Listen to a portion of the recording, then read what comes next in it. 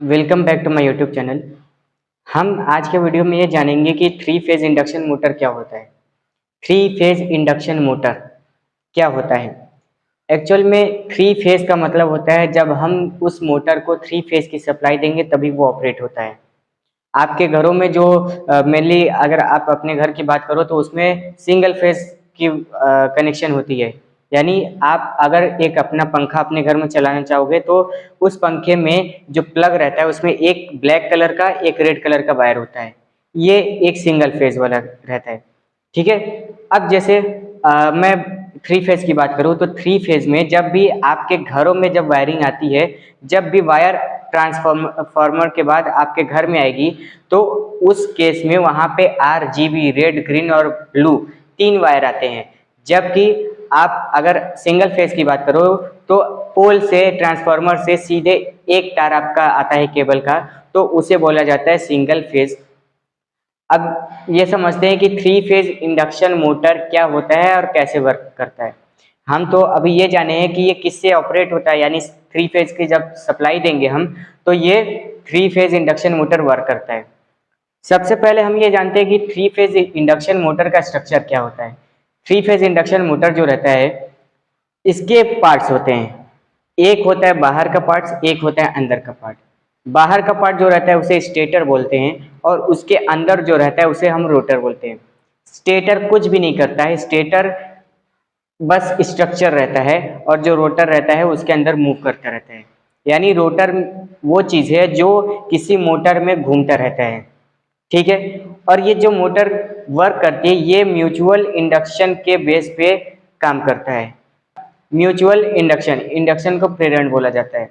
ठीक है। तो म्यूचुअल इंडक्शन के बेस पे ये काम करता है, ठीक उसी तरीके से जिस तरीके से एक ट्रांसफार्मर म्यूचुअल इंडक्शन के बेस पे काम करता है। तो अब ये समझते हैं कि जब थ्री फेज इंडक्शन मोटर में स्टेटर और रोटर दो चीज होती हैं तो ये कैसे ऑपरेट होता है। ये बता दें कि जो स्टेटर रहता है, स्टेटर जो रहता है वह सिलिकॉन स्टील की लेमिनेटेड शीट से बनी रहती है। यानी सिलिकॉन स्टील की पतली पतली चादर बनाई जाती है और उससे मिल करके स्टेटर बनाया जाता है। और ऊपर उसके ऊपर कास्ट आयरन का एक फ्रेम चढ़ा दिया जाता है जिससे कि मोटर को सुरक्षा प्रदान किया जा सके। यानी उसके सिक्योरिटी पर्पज से ऊपर कास्ट आयरन का जो होता है वो फ्रेम दे दिया जाता है। और जो अंदर रोटर रहता है, रोटर टू टाइप के हो सकते हैं। एक तो हो सकता है कि वो केज टाइप हो, एक हो सकता है कि वह स्लिप रिंग टाइप हो। केज टाइप का जो रोटर रहता है उसमें रोटर में रॉड अंदर लगे होते हैं, यानी रोटर में हम रॉड डालते हैं। और जब स्लिप रिंग की बात आती है तो इसमें हम क्या करते हैं, रोटर में वाइंडिंग करते हैं। ठीक है। स्टेटर की अब फिर से बात करते हैं। तो स्टेटर आपने जाना कि ये सिलिकॉन स्टील की लेमिनेटेड शीट से बना रहता है। तो एक्चुअल में इसके अंदर स्लॉट्स यानी कुछ कटे हुए रहते हैं ना, कुछ कुछ भाग पे कटा रहता है और इसी में वाइंडिंग की जाती है। थ्री फेज की वाइंडिंग की जाती है किसमें, स्टेटर में।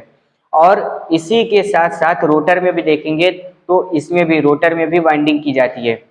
जब हम थ्री फेज की सप्लाई देंगे तो ये थ्री फेज की सप्लाई हम किसको देते हैं, हम देंगे स्टेटर को, रोटर को नहीं। हमने ये जाना कि रोटर घूमता है लेकिन हम थ्री फेज की सप्लाई रोटर को नहीं देंगे, हम थ्री फेज की सप्लाई देते हैं मोटर को। और मोटर में जो भी जब हम वाइंडिंग किए रहते हैं तो उसमें करंट फ्लो होगा और करंट फ्लो होने की वजह से उसमें मैग्नेटिक फील्ड जनरेट होगा और उसमें से फ्लक्स निकलेंगे। ये आपने पढ़ा होगा।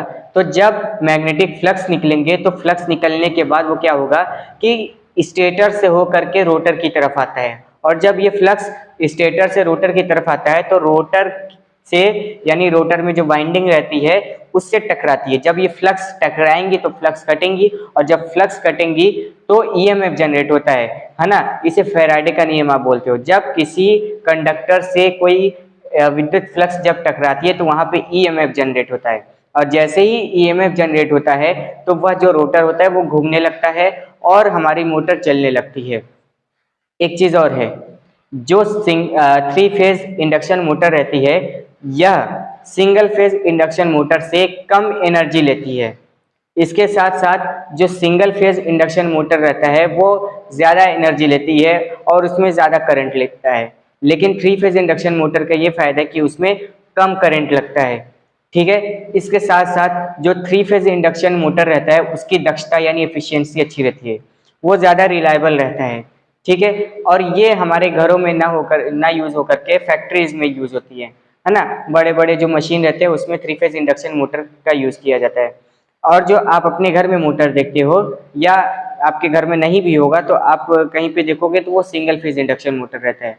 ठीक है। और 3 फेज इंडक्शन मोटर बहुत भारी भारी होते हैं और single phase induction motor mainly अगर आप जनरली जाने तो ये बहुत ही हल्के होते हैं। आपको समझ में आया? फिर से बता देता हूँ ये कैसे वर्क करता है।